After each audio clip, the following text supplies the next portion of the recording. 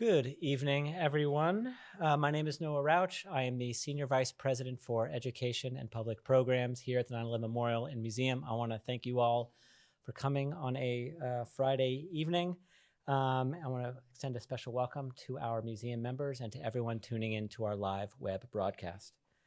Tomorrow, April 19th, marks the 30th anniversary of the Oklahoma City bombing, which killed 168 people, including 19 children. In response, FEMA activated 11 urban search and rescue teams from around the country, including New York Task Force 1, which included members of the FDNY, NYPD, and EMS. 9 of these responders were later killed responding on 9/11. And tonight we are joined by 3 members of the task force who responded to both attacks. Stephen Spall joined the FDNY in 1985 and recently retired as a battalion chief. He spent 19 of those years in special operations. Stephen was a structural specialist for New York Task Force 1 from its inception in 1992 until his retirement. Charles Wells spent 30 years with New York City's Emergency Medical Service and later FDNY EMS. He's a charter member of New York Task Force 1. And Kenneth Winkler served in the NYPD from 1981 to 2002. In 1987, he joined the NYPD's Emergency Services Unit, where he was assigned as a rescue specialist. So I want to thank you all for your service, for joining us this evening. And please join me in welcoming Stephen, Charles, and Kenneth in conversation with our museum director, Clifford Chanin.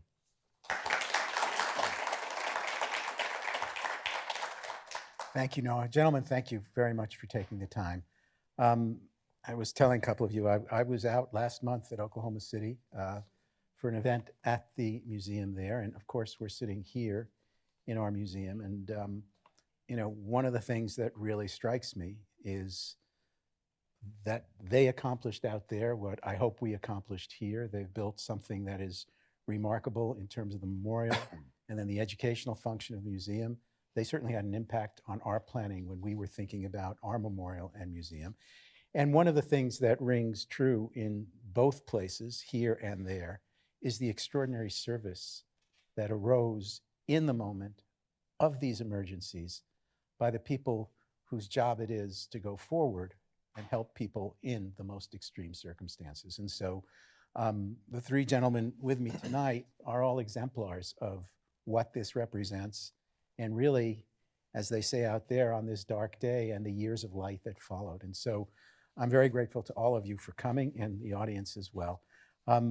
We'll talk about a lot tonight, but you were all part of a sort of pre-formed unit that was ready to go on short notice when the Oklahoma City bombing occurs, which is 9:02 on that morning. And let's just talk about how you each were mobilized for that, what you were trained to do or what your specialties were in this context. We'll start with Steve. So I actually, I called Craig Shelley, who was one of the task force leaders, and said, when are we going? And he said, well, we're working on it. And that was I was a lieutenant in 15 Engine on the Lower East Side here. And that was at 9 o'clock in the morning when I got relieved the following day. And that morning, I should say. I was actually headed home. It took through that night until 2 a.m. and they called me and spoke to my wife, Mary, who's in the audience here, and said, they want me to go, and got my stuff together and came down. Ken? So I remember that morning watching it on TV, the news. We weren't in the age of the 24-hour news service. We didn't have cell phones back then.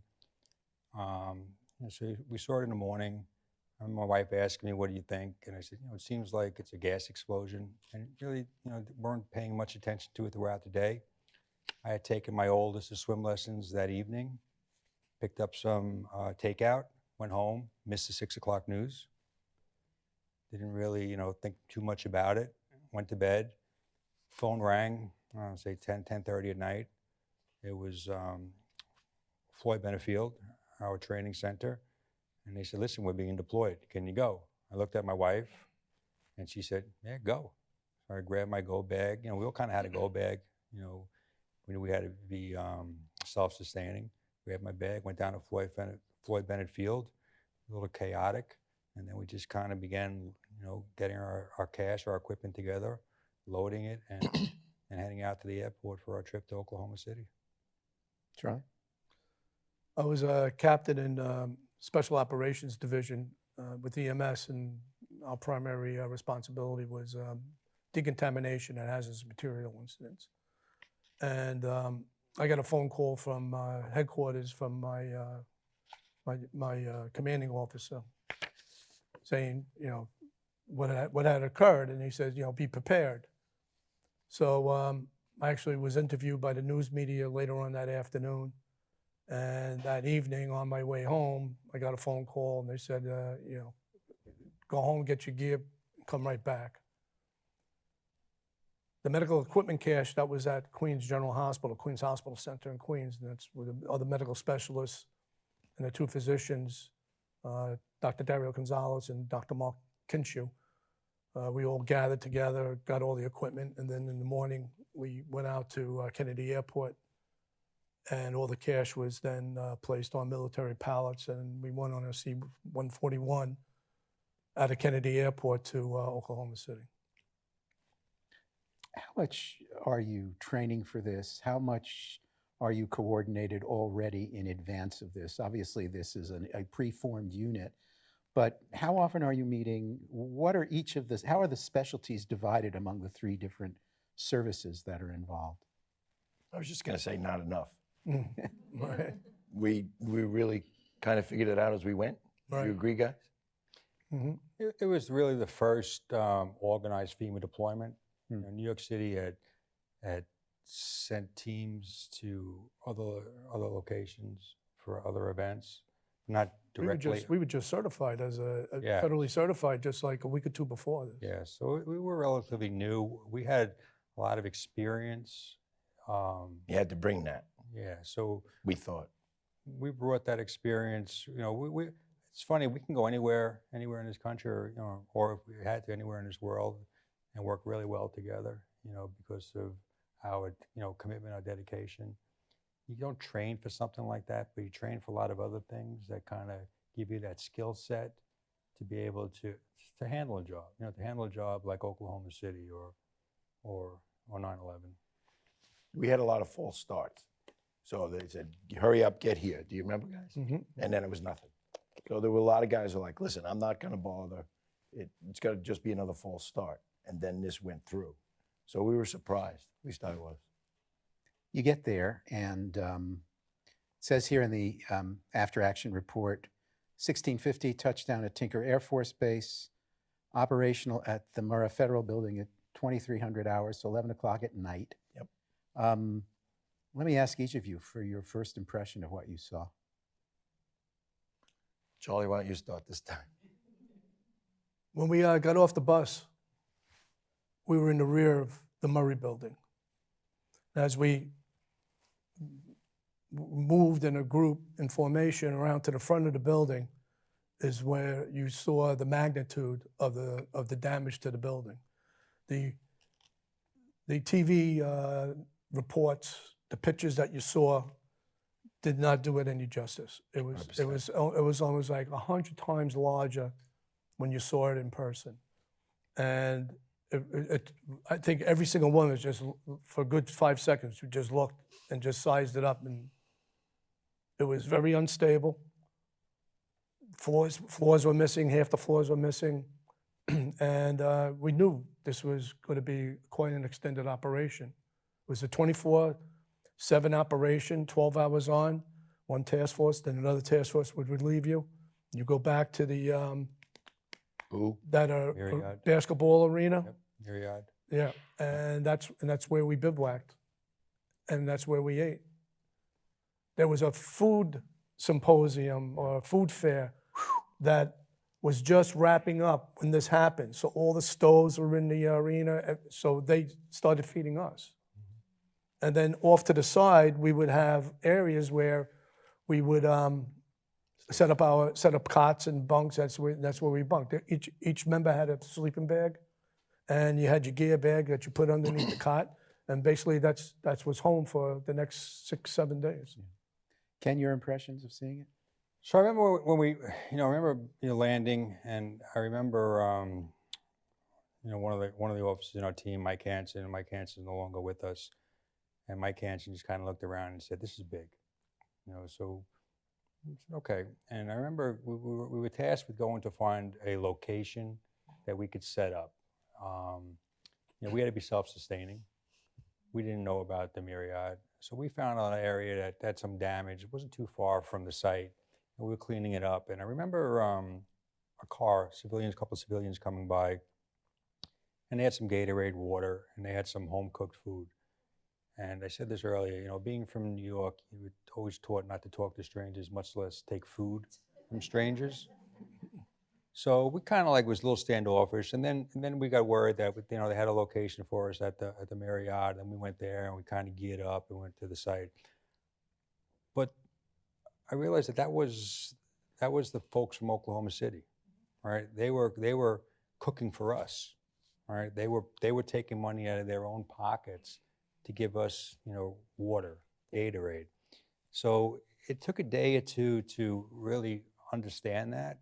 And it kind of led to the understanding that this really impacted the citizens of Oklahoma really severely. Most folks had some type of connection to the Murrah Building. They either knew somebody worked there, they had business there. This was the heartland, and this was an attack on the heartland, and they were the heart of the heartland. So it was different, right? It was different from '93. And it was different from 2001, in my opinion.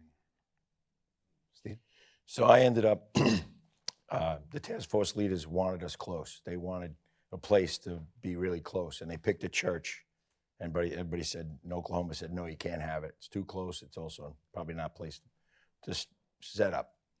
So they picked a garage, and I condemned it.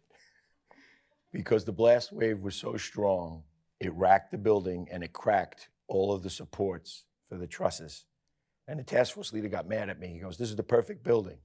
And I pulled him over and I showed him the cracks, and he goes, yeah, we'd be on the news. We'd be buried too. So then, like Charlie said, they picked a beautiful building for us. I didn't know about the food court, but it proved out. And the big thing I remember was there was a thing that went across the news that New York had sleeping bags and cots, but they didn't have pillows. And people waited an hour and a half to hand pillows for New York. And when we got back the next night, there was a pillow with a chocolate mint Right. on the pillow. And also, Please. somehow, hundreds and hundreds of towels showed up. Towels. We had one, each guy had to have a towel in their go bag. Yeah. But there was a donation by a group of residents that just came in and gave us towels, soap, shampoo. My glasses broke. They fixed them. Everything. Talk about working the scene. What do you have to take into account? What are you trying to accomplish? You have skills from 3 different services. How are they deployed in a situation like that? So, our team, New York Task Force 1, was broken down into smaller teams, and we had our experts. We had our experts like Steve. We had our hazmat experts. We had our EMS experts. We had our technical experts. And we would get our assignments. Our team leadership would meet with other teams' leadership, and we would get assignments. And that assignment could be anything from, go to this particular area, and do the best you can. There was always a hope to find somebody alive, particularly being there as early as we were. And you would get an assignment where you were searching a certain area, or you were assigned a shoring operation, right? And maybe you were working with, a fire department from Tulsa or Oklahoma City. You're doing shoring, or you're working with maybe ATF or FBI to assist them because they need to get into a certain area to recover evidence. But one of the most important things when you're in an event like this is our safety. And I'm not saying that because to be selfish. We have teams that are made up of 5, 6, 7 people. If one of our guys go down, it's going to take 4 people to take them out. We're going to lose that team. That means whatever that team was assigned to that day, somebody else is going to have to pick up that slack. So safety was very important. So every team had a safety officer. You could go in, but let's have somebody look above. All right, if you're digging in a void, or you're in a void, well, let's make sure, you know, that void is safe. And that's where guys like Steve would come out and say, yeah, you know what, go or don't go. So that safety was very important to the teams. Safety was important to get the job done. So I ended up, you know, you say that we were experienced, and Kenny's given me a lot of credit. I was a 9-year firefighter that happened to have an engineering degree, that took a couple of classes offered through the Army Corps, and I was figuring it out as I went. And I was 3 months a lieutenant. I was green as they come. And I have to say, sitting here now, we've had other experiences to get where we are now. And it's nice to be able to share some of the stuff, but to anybody that's out there, you figure it out as you go. But I have to say, my education, sometimes I heard voices in my head, and I heard things come out of my mouth, and I don't know where they came from. And it was, you know, you just went with what you went. And these men and the ones that were on our team backed me 110%. Some of them were controversial. It wasn't good to condemn a building, but we all stuck for each other, and we just, under pressure, welded together. Charlie? So back then in 95 or 93, the federal FEMA established the USAR teams. And it's a 56-member team. So in New York, it was 56 members.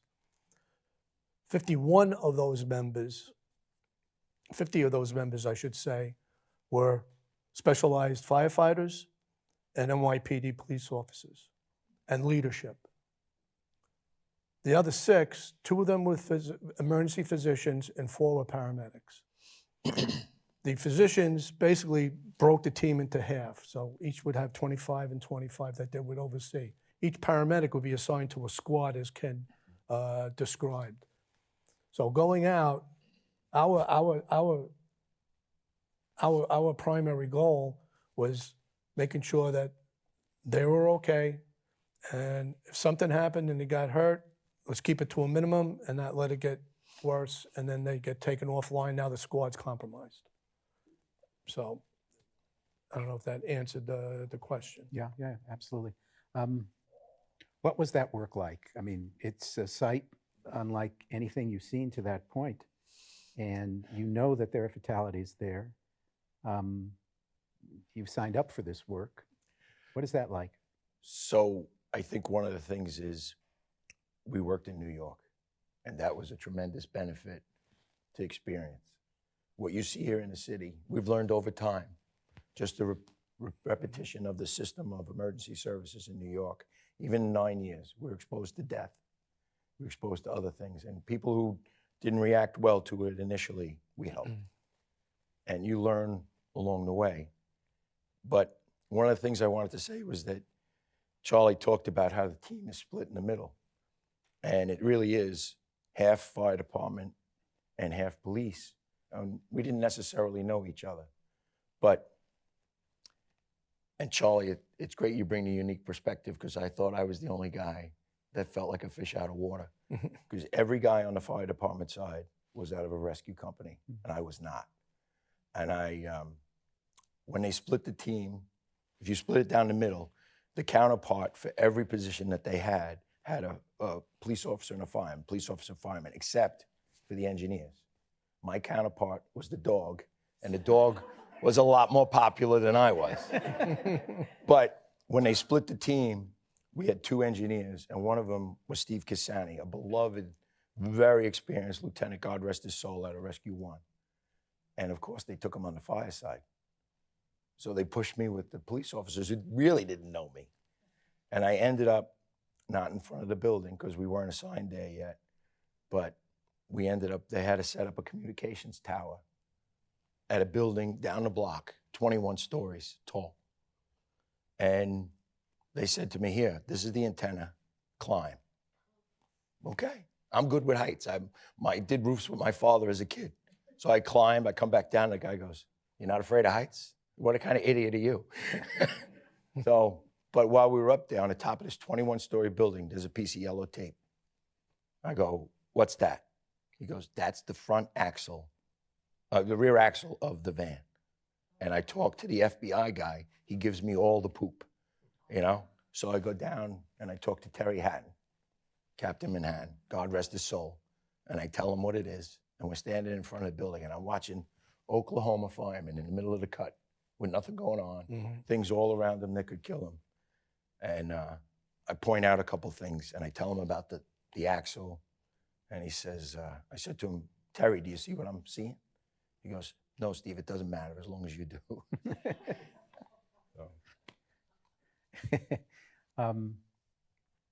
What's the takeaway from this? You're there 6 days. You are going through the debris pile. You're making recoveries. You're interacting with other rescue companies, but also, as you said before, you're making this up as you go along. What's your takeaway? What are the lessons learned from Oklahoma City? I mean, for me, lessons learned were command and control. Meaning? Meaning that, in '93, there was a lot of ad hoc, people kind of showed up. First responders went wherever they parked and went into the building. I know people that had climbed those stairs twice. This was more organized. Each team was kind of outfitted the same. We had a mission. We were given an assignment before we went to the site, and our assignment was, to do whatever we had to do to get it done. We were also very focused on. We were focused on safety, but coming from New York, we tend to operate. We talk a little bit faster than a lot of people. All right, so I apologize if anybody doesn't understand my Brooklyn accent, but we move a little quicker in New York. There's a healthy competition in New York between the agencies, but when you put those agencies together, we operate at a pretty fast pace. And I remember, I don't know if it was an FBI or an ATF agent saying, hey, when you guys get off that pile, it looked nothing like when you started, because that's how we worked. Not to take away anything from anybody else, but we just work at a different pace in New York. 100%. Charlie? I think one of the biggest challenges as we got into the third, the fourth, is basically there were no survivors anymore. And the hardest, toughest thing to do is to tell a team that's in rescue mode, search and rescue mode, that they're now transitioning into a recovery operation. And it was even more deeply painful here at the site when finally they said, we're transitioning from search and rescue to a recovery operation. It just takes the wind out of every police officer, firefighter, EMT, and paramedic, that you have a goal to save a life, but now, okay, that's not the focus now. The focus is now to recover loved ones. And yes, so we had a job to do. As Ken says, maybe we do things a little quicker, but then it was basically, can we recover as many people as we possibly can while we were there on our deployment? And I'm reporting that we did recover a number of deceased victims of the Murrah Building explosion. So there was some solace to that. Did you have a sense in terms of what you saw did it give you a different sense of what terrorism is and what it looks like? Again, this was at a scale that was not expected. We hadn't had an incident like this before. It was domestic terrorism. It blew off the front of the building all the way up to the roof. It's not a fire, it's something different. I mean, did this give you a different sense of the risks involved, of the threats faced, than you had before you arrived there? That came later. We just focused, I can speak for myself. You had a task in front of you, and that was something going on in the background. And that certainly after, when we learned that it was domestic violence, domestic terrorism, done by our person from our military, who we hold in high regard, it hurt more. But at the pile, we just focused on keeping each other safe. And I watched these men, we didn't have any women on the team at the time, we do now, be in incredible places. And I'm like, I just remember we were in the daycare center that was in the first floor. looking for kids, and they were in a cave. And I have a picture of it. They're in a cave. And I'm like, how am I supposed to protect these guys? And you can't. The bravery and the intent was insane. But we watched each other's backs. And so Oklahoma was great to us. And every meal we ate, they were there bolstering us, trying to get us to make sure that we were okay, to try and find their loved ones. And it's called the Heartland for a reason. Yeah. Yeah. Other lessons learned, takeaways that may have come back to you when we get to the 9/11 story? Well, again, the biggest takeaway for me was that command and control. Yeah. And that there's a strong safety element with that, and also knowing where your teams are and putting teams into place, and giving teams assignments or receiving an assignment and not questioning it, just going and doing it. Were you a boss on your team? Nope. But when like what Steve was saying, when we respond to something, whether it's an event like Oklahoma City or 9/11 or a plane crash, we're not really asking why. We're not really concerned about the why. We're only concerned about, what's in front of us, the people that are in front of us, and getting as many of those people out alive as possible, and then returning, those that we couldn't save to their families. We don't really think about the why. We don't see the trees through the forest. We're just focused on the mission. But I think that was the transition that maybe Cliff is alluding to, is that we realized we were trained to rescue people, and that wasn't on the table anymore. But there was still a value to the families that remained. And it was a value here, that if you found something, that they could hold on to their family. Maybe that was what we learned. Yep. Yeah. Let me just pull up a couple of pictures that Steve has provided to us. Some he took, some that were given to him. We see in photo number 1, this is the group from New York, Task Force 1 that arrived. I won't ask you to pick out each of you individually in that. You'd never be able to pick me out in a million years. Time has passed. We'll skip Time has over all passed. that. Photo 2, you see the group in action. That was digging out the Marine. Mm-hmm. Well, I want to tell that story about the Marine.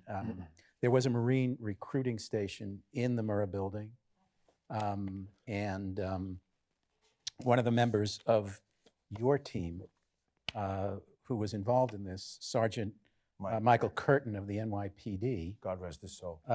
who was a Marine reservist, recognized the uniform of Captain Guzman in the wreckage. So pick up the story from there.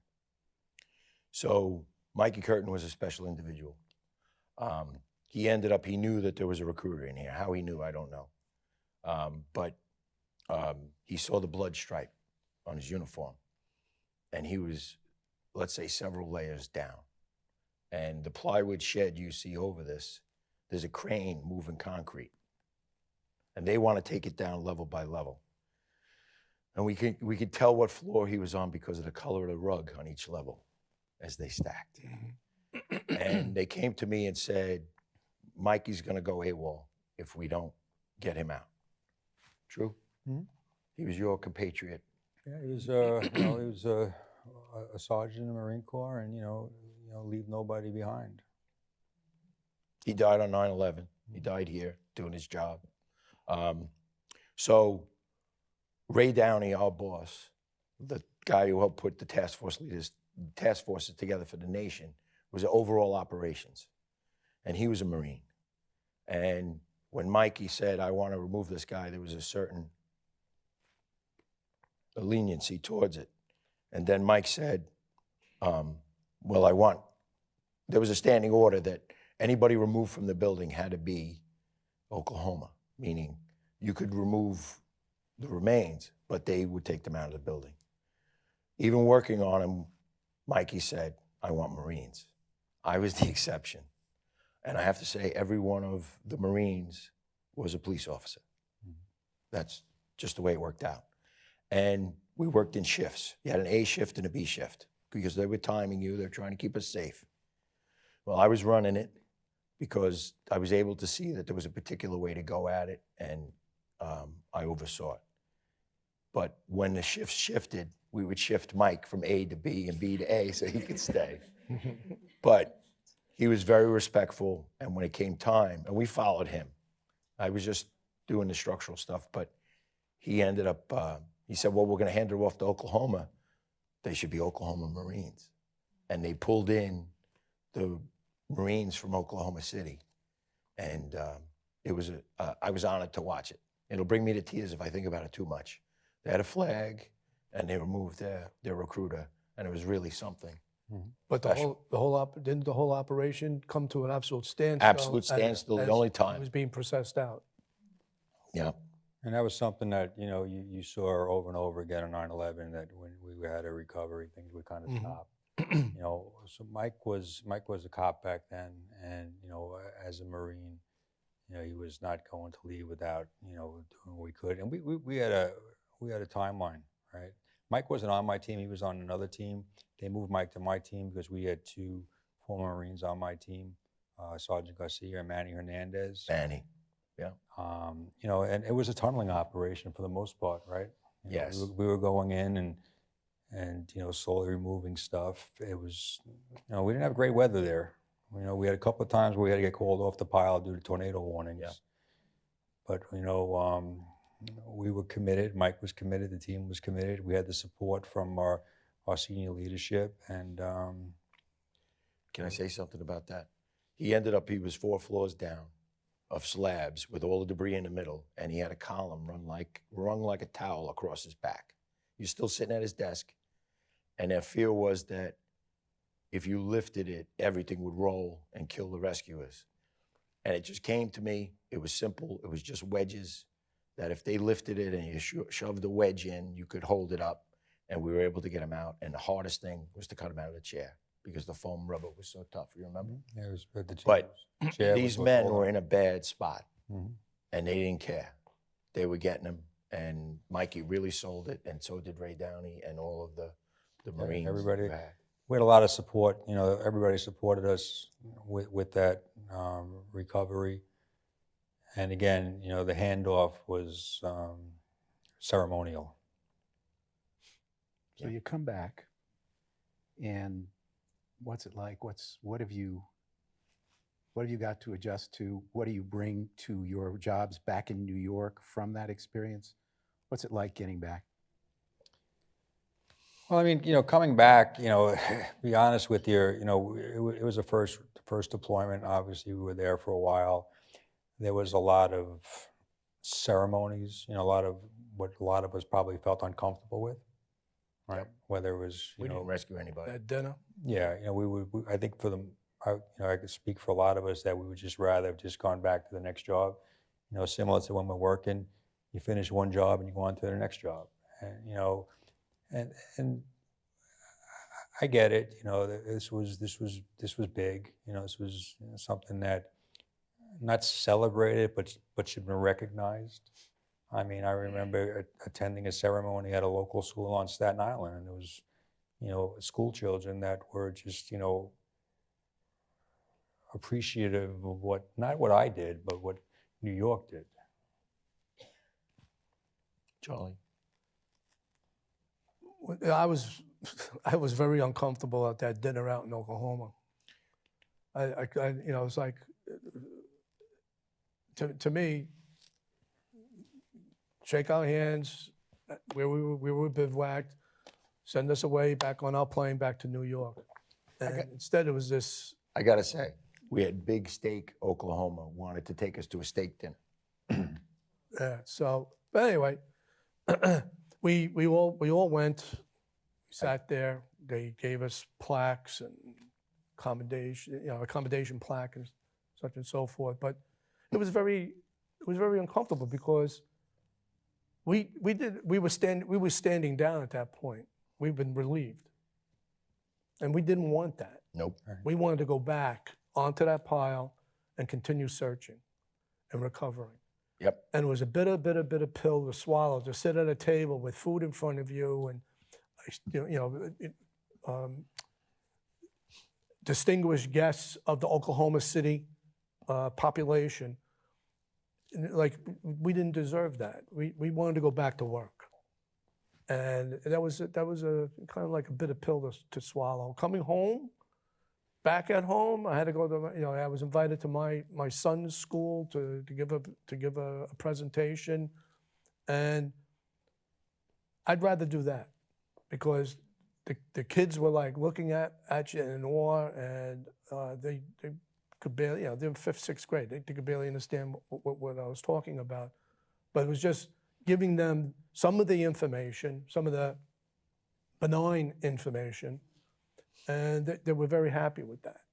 Going to the county city hall in Nassau County, getting certificates and everything.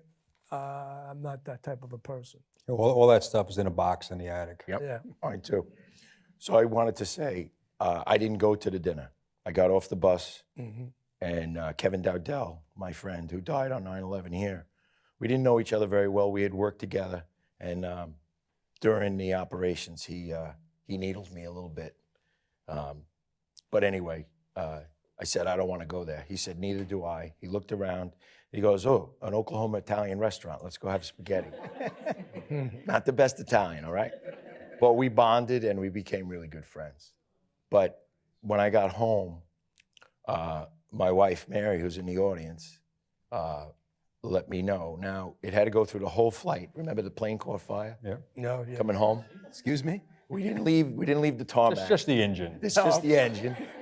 So they sent us off. We played at Tinker Air Force Base. We played a half round of golf. Yeah. Got back on the same plane. Well, wait. Tell the crew chief. So this is a C-5 Galaxy. Huge. This is the largest cargo airframe that the U.S. military had at that time for cargo, not the B-52 bomber. So we were sitting in the C-5 Galaxy in the rear of the aircraft. In the vertical airline, whatever you want to call it, there's a pod. And in that pod, it looks like a regular passenger aircraft. And we're all sitting there. So the crew chief has given us basically a lowdown of what to expect. And he says, if I say fire, fire, fire, you get up off your butt and get the hell out of the plane. So we're sitting there, and I'm like, I think it was like 5-10 seconds later, fire, fire, fire. And I'm like, yeah. He goes, fire, effing fire. So we get out, and it was an engine fire. Yeah. So we get out we're out on the grass. We're waiting for the aircraft. The crew chief comes over, and was it Shelley? No. Could have been Fanning. Maybe it was Jack Fanning or Craig. Was Craig Shelley? Craig Shelley was there. Craig Shelley. And he looks at the crewman's nameplate, and the guy's name is Lucky McPherson. Yes, that was Craig. And he goes, hey, you're not living up to your name today. What I wanted to say is that we went through all of that. We got delayed coming home. Mary by then had gone home from Floyd Bennett Field, and I traveled to my home about an hour and a half north. And it was at that point she let me know that she was pregnant with my third daughter. She held it that whole week, knowing that it would distract me from what I was doing. And a few phone calls that I was able to make to her, she knew that I had other things on my mind. And I still think it was one of the bravest things that went on. I don't know how to follow that. I'm afraid we follow it by talking about 9/11. It's all right. You're back from this. You're back on the job. You're doing the regular things, whatever they are. Regular, maybe in your world, extraordinary in the world of the rest of us, but the routine has picked up again. And then the morning of 9/11. And Ken, I think, let's start with you. And just, I want to try to condense the stories a little bit because I know they're all extraordinary and each one deserves its own time, but to give each of the three of you a moment just to talk about how you got down here. We'll start with you, Ken. So I worked steady 4 to 12. So on 9/10, I was working 4 to 12. My wife was a homicide detective. So sometimes if we had a conflict with babysitting, one of us would change our tours. So I changed my tour to a midnight. So I came in at 3 o'clock on the 10th, and I was going to finish up 8 o'clock in the morning on the 11th. So it was a relatively quiet night, and one of the junior guy in the squad, Brian McDonald, who was killed in 9/11, we had some new equipment that he wanted to kind of go over. So it was no rush to go home. It was the first full week of school, you know, a nice sunny day like everybody remembers. Finished up what we were doing, and then about 8:45 or so, I was going down to grab my keys when the driver came over the intercom. Brian came running down the stairs. He said, "Did you hear that?" I said, "Yeah." So I ran up to my locker, I grabbed my gear, and the only thing I didn't grab was my pants. I had a pair of shorts on. I jumped in the back of the truck, the big emergency service truck, responded down to the scene, not knowing the type of event that it was, maybe thinking still that it might have been a small plane. Once we got on the scene at Church and Bessie, I became what's referred to as the truck one chauffeur, which was the mobilization point for all the ESU officers that were coming to the scene. All the ESU officers that came to the scene, I was, for the most part, gave them their assignments. What time was that you got there roughly? We got there about 5 minutes after the first hour was hit. Okay, so you were very close. Yeah. We were, Before 9 a.m. yes. Okay, okay. Charlie? I had just, I was dropping off my youngest son at school. I was already ready for work. I was a deputy chief at the time, so I had a car assigned to me. And I'm driving down the Southern State Parkway, heading Valley Stream, the State Trooper Barracks, if anybody remembers that. And the citywide radio is starting to come up with a lot of chatter about a plane that struck the World Trade Center. So, you know, private plane or something. Within another minute or two, the chatter is becoming more pronounced. Description more of a large plane had hit it. And driving up the Cross Island Parkway to the LIE through the tunnel, no one was in your way. Everybody just pulled out of the way because it was all over the news stations on the car radios. I get into the tunnel, and that's when the second plane hit the South Tower. I get on the scene, both were still standing, both had been attacked, obviously, and I reported to the EMS command post, and they said to go establish a medical sector at Liberty and West. Liberty and West, on the west side is the World Financial Center, on the east side is the Marriott Hotel. When I get on the scene, I get a bunch of people together, get everybody to, they had all the ambulances parked in front of the Marriott, so you get on the other side of West Street. With that, Tim Brown, Rescue 3 firefighter, was in the audience here, came up to me, we knew each other, and he said, Chief, he goes, there's like 100 burn victims in the South Tower lobby. So we grabbed a bunch of EMS personnel, we worked our way down Liberty Street, we were between the Marriott and the 1010 Firehouse, and all of a sudden, it felt like there was an earthquake. The ground literally shook, and there was this horrendous sound. We instinctively reversed course, and somehow we made it into the side entrance of the tall ship pub of the Marriott Hotel, and then everything just went black, got pushed to the ground, pinned to the ground, and that was the first collapse where we got pinned. 15 minutes later, we were able to get up, get out, regroup, get on the other side of West Street, trying to figure out what's going on. Our portable radios were not working at this point. Dirt and debris had gotten into the push-to-talk button on the speaker mic, and you couldn't use the radios in our area anyway. And all of a sudden, you heard this horrendous sound again, and the wind picked us up and blew us through the plate glass window of the World Financial Center. That was the second collapse. And then we got out the back end, and now it was just a process of picking up civilians who were injured, members of the service who were injured, and basically corralling, for me anyway, EMS personnel, getting back medical teams, because everybody was dazed and confused from what had happened. And the rest of the day was basically battling to get teams together. Yep. When I returned back to someone from the command post, they sent a team out to look for me because I wasn't answering the radio. So they thought the worst had happened, but a car pulls up, a marked fire department sedan, and the whole roof was completely gone. It looked like a Fred Flintstone car. And like looking at it like, and the guy goes, "Chief, you want it at the command post."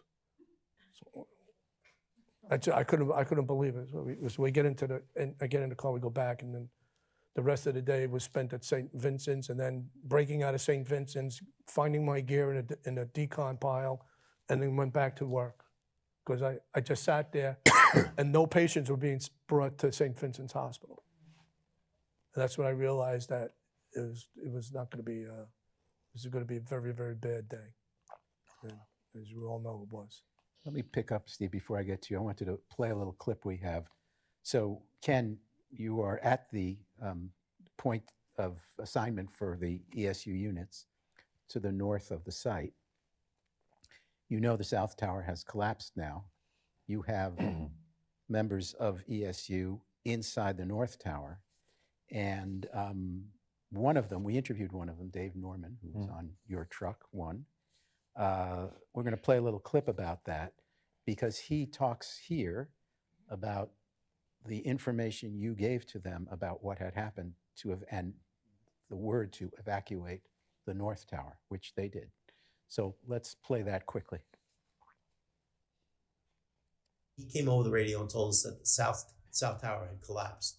When somebody tells you 110-story building is gone, you kind of want to say to him, "Are you sure?"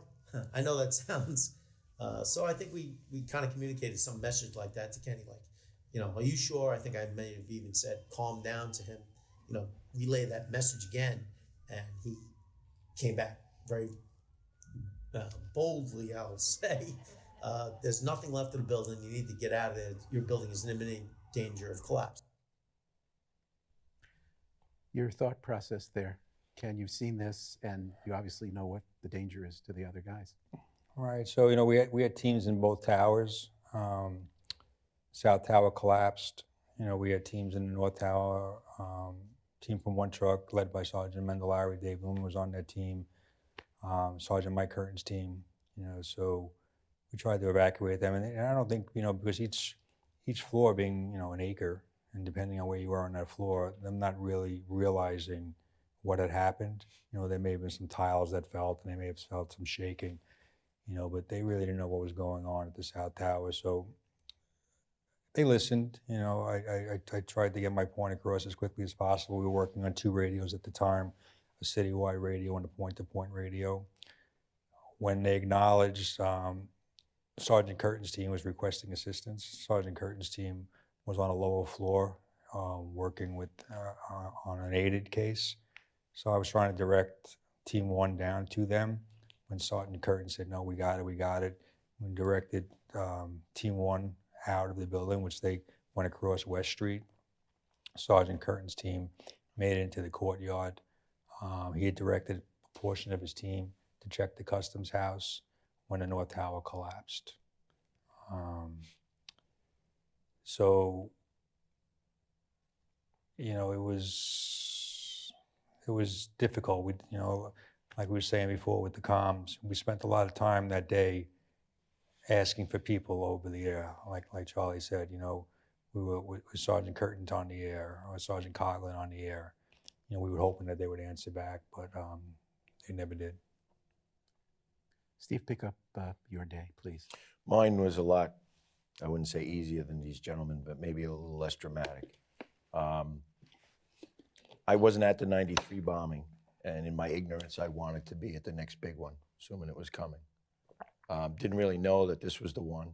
I was at an engineering office a couple minutes from where I live, and got the word. I left my wife a message. She was out at the time at the school with the kids, and made my way down. And I knew it was bad when traffic was bumper to bumper, and I was in a caravan of firefighters and police officers, and probably EMS, doing 80 miles an hour on Route 17, and passed 2 troopers, and they never moved. Got to the Tappan Zee, and I waved it was traffic. I waved my duty shirt out the window, and it parted like the Red Sea. They weren't letting anybody through but emergency services. I rode the RAC unit from Rescue 3 because all their apparatus had gone. That was the closest to my home. I rode it down, and I was in the back and there were no windows.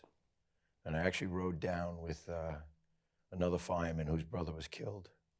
And I didn't know that his brother was working that day. And it was Tommy Foley was killed, and Danny Foley was in the back with me. And somebody made the mistake of saying, well, Steve, what do you think we're going to find? And I told him the truth. And then he tells me, this is Tommy's brother. Couldn't take it back. Got out to complete sunshine on the West Side Drive, walked through the cloud, made it to Liberty and West, because at that point I could see and try to help. We were trying to get cranes in, but they took a while to get there. And I stayed for weeks. I didn't make it home until, that was a Tuesday. I didn't make it home until Saturday because I knew President Bush was coming, and I knew they'd shut down the site. And I went home to see my wife. I do want to call up photo 7 because this is from the display at the Oklahoma City Museum of the New York first responders who were in Oklahoma City, who died on 9/11. So they honor these members of the FDNY and the NYPD at their museum. Many of these are from the rescue companies. You all, Ray Downey himself, who was essentially the creator of this special operations unit for the FDNY and was one of the pioneers of this kind of emergency response. You know, you go back to those days and it brings back the people, I assume, more than anything else. There's one exception, and I don't mean to correct Oklahoma, but Tommy Langone's brother was a fireman, and he was killed as well. Mm-hmm. He should be in the picture. Okay, we'll let them know. I'm sorry. No. Well, Tommy, there were two brothers, the Bigiano brothers, Yeah. and the Langone brothers. Yeah. You know, Right, well, but these were members of the team, and you're right. But what's his face? His brother was not on the team. You're right. This is the yeah. members. that Tommy went. Langone down there. Right. But you know, the aftermath of this, your services have been decimated, fire more than anybody else, but the impact echoed across all of the emergency response services. How did all of your departments change because of 9/11? Charlie? I think as in Oklahoma City, before Oklahoma City, basically New York City was comprised of the police department, special operations, and the New York City NYPD with emergencies, with special operations, and FDNY special operations, as well as rank and file, and then there was EMS. After Oklahoma City, and prior to Oklahoma City, EMS, the paramedics that were selected to be on the USAR team were trained by NYPD ESU at Floyd Bennett Field on rope rescue, and also SEBA training as well. When we got back from Oklahoma, even though we were bonded by the establishment of the team, that bond was tightened and was more cohesive. And I think that played a big part, even though 9/11 was 6 years later. I feel it played a big part in this cohesiveness, this teamwork. It was teamwork all the time, day in and day out, but you had your PD operations, you had your fire operations. This was a lot different. And since then, I think it's just grown to be a stronger bond as well. Do you have your adversaries or your little skirmishes, not skirmishes, but challenges every now and then? Of course you do. Of course. However, I don't think it's as intense as if this didn't happen. You know, there's a lot of A personalities in these teams. Oh, yeah. It's no different than Army, Navy, but when you put them together on the battlefield, they work well together. Yeah, so of the 343 that we lost, 97 of them came from my command. I knew 156, to the point where I at least had a beer with them. But the 97, I knew their kids. So what became everybody wanted to help in New York and from around the nation, around the world. And there was a lot of donations, and they put together a much better training academy because we realized we have to come back up to speed. This is going to happen again. Federal funding came. We did a lot more with terrorism. We've all had extensive training in terrorism. It's interesting when you've been in a room with enough anthrax to kill 1,000 people and been in gear and survived. But it became training, training, training. And it was all on these members' back. And there's been quite a few deployments since, Yeah. where the teams have, responded to help those. One of the, being from New York, we were always the people that helped other people. So after 9/11, just about every team that was in the FEMA response came to us, which was kind of a little bit tough for us, right? We were like the big guy on the block that we helped everybody else, and now we're the ones that were asking for help. But they came and they helped, and whether it was teams helping down at the pile, or there were police officers coming from other states that were taking up patrol, right, doing patrol functions. So NYPD people could do other things. So it's a community. We certainly are willing to help whoever is in need, and there's a large community out there that's certainly willing to help us when we're in need. Just to note that Oklahoma City Fire Department sent 15 of its members Yep. to help in the recovery at Ground Zero. And they donated a rescue rig. They donated a rescue rig, Yep. raised the money for it, and Yep. then when it went out of service, they brought it back, Yep. back home. Yeah. We have time maybe for a question or two, if there is in the audience. Hang on one second, please. Gentleman up here, Tom. What do you see as Hang on, wait, let me give you the mic first. You're on. what do you see as the biggest gaps that we face as a nation in terms of dealing with the next act of terrorism that will strike? Complacency. Complacency is a gap. The further away we get from an event, the more complacent we become. Security becomes a budget, a line item on a budget, right? And we tend to say, well, what's the chances of that happening again? What's the chances of, a bunch of guys in a cave coming up with a plan to take down every building that was part of the World Trade Center? So we get complacent. It's nature. We walk around and, security, we like to live in a free society, which is very important to us. So we expect that the people who have that responsibility of preventing an attack are doing their job, that they have the resources to do their job. Intelligence community is extremely, extremely important. 100%. So you need to, and there's a lot that comes across the intelligence community's plate that they have to, decipher what's real and what's not real.